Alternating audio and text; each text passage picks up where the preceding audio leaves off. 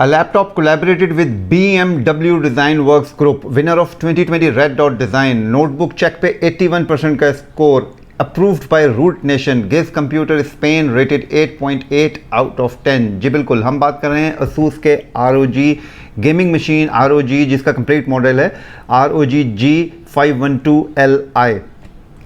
तो इसको इतनी रेटिंग हाई जो मिली है उसकी बहुत सारी वजूहत हैं जिसकी वजह से इसको रेटिंग हाई मिली है। सिर्फ इस वजह से नहीं कि इसका डिज़ाइन बहुत अच्छा है या देखने में बहुत खूबसूरत है। सबसे पहले हम इसकी एक जल्दी से अनबॉक्सिंग देख लेते हैं। अनबॉक्सिंग हम करते हैं तो हमें कुछ बहुत ज़्यादा चीज़ें देखने को मिलती नहीं है। लैपटॉप बॉक्स में से लैपटॉप जाहिर सी बातें निकलता है, वो है। उसके बाद एक चार्जर है और एक केबल है, और इसमें हमें लैपटॉप में नॉर्मली से ज़्यादा कुछ चीज़ें मिलती भी नहीं हैं।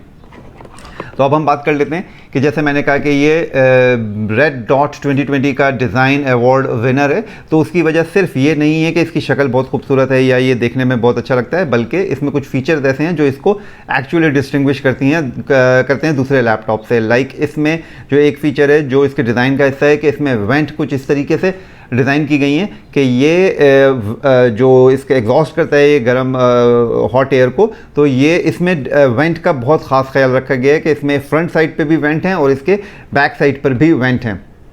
इसके अलावा इसमें जो कूलिंग के लिए जो मैकेनिज्म इसमें यूज़ किया है, नॉर्मल थर्मल पेस्ट यूज़ होता है, इसमें liquid metal thermal paste use हुआ है। और उसके अलावा ऑन टॉप ऑफ इट एक और चीज़ है जो दूसरे लैपटॉप से काफ़ी अलग है, वो है इसमें सेल्फ क्लीनिंग मॉड। जी बिल्कुल, एक सेल्फ क्लीनिंग मॉड है। गेमिंग लैपटॉप नॉर्मली जो है वो हीटअप होते हैं, या इवन इनफैक्ट नॉर्मल लैपटॉप भी जो हीटअप होते हैं वो इस वजह से होते हैं कि उनमें टाइम के साथ साथ जो है वो उसके फ़ैन में और इनर मैकेनिज्म में जो है वो डस्ट जमा हो जाती है। तो इसमें एक सेल्फ क्लीनिंग मॉड है जो इसके डस्ट को बेसिकली इजेक्ट करता रहता है टाइम टू टाइम, तो डस्ट को वो गैदर होने नहीं देता। और चूंकि गैदर होने नहीं देता तो जो फ़ैन में जो क्लॉग आ जाता है और जो फ़ैन वक्त के साथ स्लो हो जाता है डस्ट के गैदर होने की वजह से, तो वो इसमें हो नहीं पाता। तो ये एक ऐसा फीचर है, ये डिज़ाइन का ही हिस्सा है इसके, कि जो इसको, और मैकेनिज्म का हिस्सा जो इसको दूसरे लैपटॉप से एक अलग डिस्टिंग्विश देता है। अच्छा, जहाँ तक कॉन्फ़िगरेशन की बात करें तो Core i7 10th जनरेशन का प्रोसेसर है इसमें, जो 6 कोर्स और 12 MB कैशे के साथ है। तो 12 MB कैशे जो है, और H सीरीज़ का प्रोसेसर है ये, तो ये 12 MB कैशे के साथ है। तो 12 MB कैशे का मतलब वही वाली बात है कि आपको जो है गेमिंग में थोड़ी सी हाई पावर चाहिए होती है। दो गेमिंग लैपटॉप में ये एक फैक्ट है कि प्रोसेसर से ज़्यादा CPU से ज़्यादा GPU की इंपॉर्टेंस ज़्यादा होती है। लेकिन बहरहाल इसमें 10th जनरेशन का Core i7 का प्रोसेसर है। उसके बाद इसमें जो ऑन बोर्ड रैम है वो 8 GB रैम है और 512 GB की SSD इसमें लगी हुई है।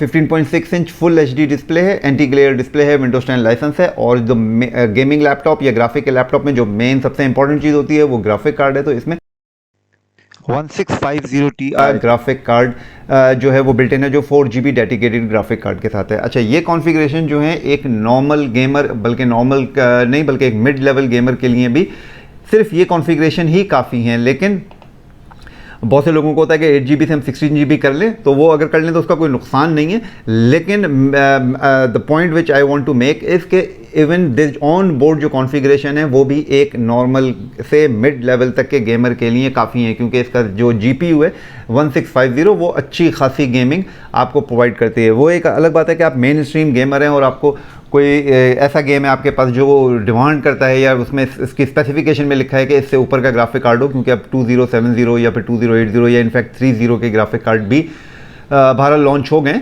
लेकिन उसके बावजूद 1650, अगर हम सिर्फ 1650 की बात करें तो वो भी आपको एक अच्छी खासी पावर देता है, और 1650 Ti वो उससे एक स्टेप आगे है। बहरहाल फिर भी बहुत से लोग कहते हैं नहीं जी 16 GB होनी चाहिए, तो 16 GB करा लें तो उसका कोई नुकसान नहीं है। अच्छा, इसके जो लुक एंड फील की बात करें तो ये कंप्लीट टॉप टू बॉटम ये प्लास्टिक है, लेकिन I must say it's a very good quality plastic, very strong look, very study look जो है। ये रगड टाइप का लैपटॉप है और इसकी दो प्लास्टिक है, लेकिन उसके बावजूद वेरी गुड क्वालिटी प्लास्टिक है। इसका जो माउस पैड है वो अगर हम बात करें तो इस माउस पैड बहुत स्मूथ है। माउस पैड के आसपास के एरिया जो है जो जिसमें हम पाम रेस्ट करते हैं वो बहुत अच्छा है। नॉर्मली गेस्चर जो हमें मिलते हैं माउस पैड के, जो गेस्चर्स होते हैं, जो विंडोज़ के गेस्चर्स कहलाते हैं, 2 फिंगर और 3 फिंगर के जो गेस्चर्स होते हैं, तो वो अमूमन लैपटॉप्स में इतने स्मूथ नहीं होते। लेकिन बहरहाल इसको मैंने काफ़ी एक्सपीरियंस किया। सबसे अच्छे गैसेट जो हैं वो मैकबुक प्रो में होते हैं, लेकिन उसके मैकबुक प्रो में तो खैर वो तो बिल्कुल एक अलग क्लास का लैपटॉप है। लेकिन उसके बाद मैंने इसके जो गैसेट चेक किए हैं उसके गैसेट्स भी बहुत स्मूथ थे, इसमें जो भी विंडोज़ के गैसेट है। अच्छा, गेमिंग लैपटॉप में जो जीपीयू और सारी बात के जिससे हमें खेलना है वो कीबोर्ड, तो कीबोर्ड इसका कीबोर्ड भी नॉइस ऑलमोस्ट नॉइसलेस है, बहुत सॉफ्ट कीज़ हैं और जो स्पेसिंग होती है कीज़ के दरमियान जो गेमिंग लैपटॉप में ख़ास तौर पे ख्याल रखा जाता है वो है, प्लस जो प्रेस होता है वो काफ़ी सॉफ्ट है। तो गेमिंग इसका कीबोर्ड इज़ वेरी गुड और शॉर्टकट कीज़ जो हैं इसमें डेडिकेटेड दी हुई हैं, जो डेडिकेटेड काम के लिए वो अमूमन जैसे लैपटॉप में होती हैं, लेकिन उसके अलावा इसमें कुछ कीज़ हैं जो आपको शॉर्टकट कीज़ प्रोवाइड करती हैं। लेकिन उसमें सिर्फ एक की है जिसको मैं मेंशन करूँगा, बाकी तो शॉर्टकट कीज़ वो खोलें तो नज़र आ जाती हैं सारी शॉर्टकट कीज़। लेकिन एक की इसमें शॉर्टकट कीज़ में है जो फ़ैन की स्पीड को कंट्रोल हम कर सकते हैं। तो ये नॉर्मली लैपटॉप्स में नहीं होता कि मैं शॉर्टकट की से जो इसके फ़ैन की स्पीड है उसको मैं बिल्कुल अगर नॉइसलेस करना चाह रहा हूँ या फिर मैं उसकी पावर बढ़ाना चाह रहा हूँ या कम करना चाह रहा हूँ, तो वो अगेन कूलिंग के लिए मेरे अपने हाथ में है कंट्रोल, जो मैं कर सकता हूँ। अच्छा, कीबोर्ड जो है इसका वो RGB 1 जोन कीबोर्ड है। असूस में अमूमन आते हैं कि वो आप कीबोर्ड में भी जोन्स होते हैं और आपको उसको कस्टमाइज़ कर सकते हैं, लेकिन इसमें बहरहाल 1 जोन ही RGB कीबोर्ड है। लेकिन साथ साथ इसमें एक चीज़ और एडेड है असूस की इस ROG मशीन में कि इसके जो लैपटॉप के नीचे है वो भी एक लाइट की पूरी एक स्ट्रिप दी हुई है, तो उससे लैपटॉप के नीचे भी एक लाइट डिफ्यूज़ होती है जो इसको बहुत ही कूल लुकिंग और बहुत ही डिफरेंट दूसरे लैपटॉप से बनाती है, जिसको हम कस्टमाइज़ कर सकते हैं। वो इसमें जो इसका जो सॉफ्टवेयर आता है उसके थ्रू हम इसकी लाइट को कंप्लीट कस्टमाइज़ कर सकते हैं। अच्छा, डिस्प्ले इसका जो है वो full HD anti glare display है और 144 गीगाहर्ट्ज़ का है। इससे आपको इस तरह अंदाज़ा होगा कि नॉर्मल लैपटॉप जो हम लेते हैं वो 60 गीगाहर्ट्ज़ कहते हैं और कुछ जो basic entry level gaming laptop होते हैं वो 60 गीगाहर्ट्ज़ के ही लैपटॉप होते हैं। लेकिन अच्छा, उसके बाद फिर 120 गीगाहर्ट्ज़ के वो एक अच्छा रिफ्रेश रेट माना जाता है। तो जो एक ज़रा उससे ऊपर के लैपटॉप होते हैं 120 होते हैं, इसमें 144 गीगाहर्ट्ज़ का है। ये नहीं है कि ये जिसमें मैक्सिमम है, इसके बाद 144 के बाद 240 और 300 भी आते हैं, लेकिन वो बहुत ही हायर एंड लैपटॉप्स जो हैं वो उनमें होते हैं। बहरहाल 144 जैसे मैंने कहा 60 के बाद 120 और फिर 144, तो ये आपको एक अच्छा गेमिंग एक्सपीरियंस देते हैं। उससे बेसिकली आपको स्मूथनेस, गेम में जो खेलने की स्मूथनेस है वो इसके गीगाहर्ट्ज़ से होती है, तो वो आपको जो है ये 144 गीगाहर्ट्ज़ पे बड़ा डिसेंट एक एक्सपीरियंस मिलता है गेमिंग का। अच्छा, कुछ मैंने रिव्यूज़ इसके नेट पे पढ़े थे, उसमें लिखा था कि इसका जो डिस्प्ले है वो थोड़ा डल साइड पर है। बहरहाल मैंने जितना एक्सपीरियंस किया मुझे एज सच इसमें कोई डलनेस या कोई एज सच नहीं मिली मुझे, बल्कि इसमें ब्लैक और वाइट के जो सेपरेशन है वो काफ़ी बेहतर मिली। व्यूइंग एंगल भी काफ़ी बेहतर था, 170 degree, which is like quite enough laptop. और वैसे भी गेमिंग लैपटॉप को अमूमन लोग या तो मॉनिटर से या फिर टीवी से कनेक्ट कर लेते हैं, तो ये वैसे भी इतना मैटर नहीं करता। लेकिन अदर देन दैट अगर आप कनेक्ट नहीं भी कर रहे हैं तो भी मेरे हिसाब से जितना मैंने एक्सपीरियंस किया उसके हिसाब से एक अच्छा खासा डिसेंट इसका डिस्प्ले है। अपग्रेडेशन की बात की जाए तो अपग्रेडेशन का तो कोई मसला नहीं है, इसमें रैम भी अपग्रेड कर सकते हैं आप और SSD भी अपग्रेड कर सकते हैं। रैम बहरहाल इसमें 32 GB तक लेके जा सकते हैं और SSD को इसमें 512 लगी हुई है, और लेकिन उसमें स्लॉट्स हैं तो वो आप उसको अपग्रेड कर सकते हैं। अच्छा, कनेक्टिविटी की अगर हम बात कर लें तो कनेक्टिविटी इसमें कंप्लीट मिलती है। एक साइड पे हमें 3 USB 3.0 और एक ऑडियो जैक की पोर्ट मिलती है, और बाकी इसकी नॉर्मली दूसरी साइड पर होती हैं, लेकिन इसमें दूसरी साइड पे नहीं है, बल्कि बैक साइड के ऊपर एक USB 3.0 की पोर्ट है, एक USB-C है, एक HDMI है और एक गीगाबाइट लैन है। अच्छा, हमने इसकी जो सारे प्लस पॉइंट्स है वो तो हमने डिस्कस कर लिए हैं, लेकिन इसमें कॉन्स भी हैं, यानी इसमें कुछ माइनस पॉइंट्स भी हैं जो हो सकता है आपको काफ़ी डिसअपॉइंट करें।